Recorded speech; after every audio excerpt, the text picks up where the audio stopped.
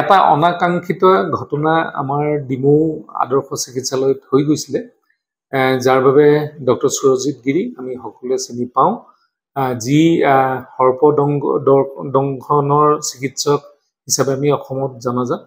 তেওঁ আৰু এটা চিনাকি হ'ল এনাষ্টেচিয়াৰ, তেখেত ভাল এজন ডক্টৰ। আমাৰ ডিমৌ মডেল হস্পিটেলখন প্ৰথমবাৰ বিধায়ক হৈ থাকোঁতে যেতিয়া স্থাপন কৰা হৈছিলে, আজি উজনি অসমৰ ভিতৰত মেডিকেল কলেজসমূহক যদি বাদ দিয়া যায়, আমাৰ ইয়াত হায়েষ্ট ডেলিভাৰী হয়। আৰু এই গোটেইখিনি কৰ্মত জড়িত হৈ থাকে ডক্টৰ সুৰজিত গিৰি, ডক্টৰ টাই আদি কৰি যিসকল আমাৰ গাইনী ডক্টৰ।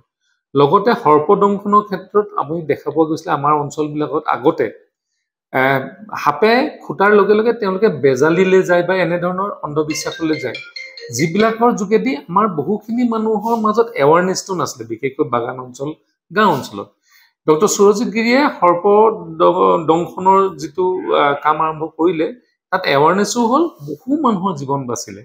আৰু এইখিনি ক্ষেত্ৰত তেখেতে সমাজক সকলোৱে আদৰি ল'লে। আজি তেখেতে এটা ভুল বুজাবুজি হোৱাৰ বাবে হৈছিলে, পিছত আমি এখন সভা পাতিলোঁ, তেখেতক অনুৰোধ কৰিলোঁ, আৰু তেখেতে সেই অনুৰোধ মানি লৈ ক'লে যে যিখন সমাজৰ দায়বদ্ধতা, সমাজৰ প্ৰতি কৰি যিখিনি কাম, সেইখিনি মানুহৰ মৰম, মানুহৰ যি আশীৰ্বাদ, মানুহৰ যি তেওঁৰ প্ৰতি থকা বিশ্বাস, তাৰ বাবে তেখেতে পুনৰ কামখিনি কৰি যাব।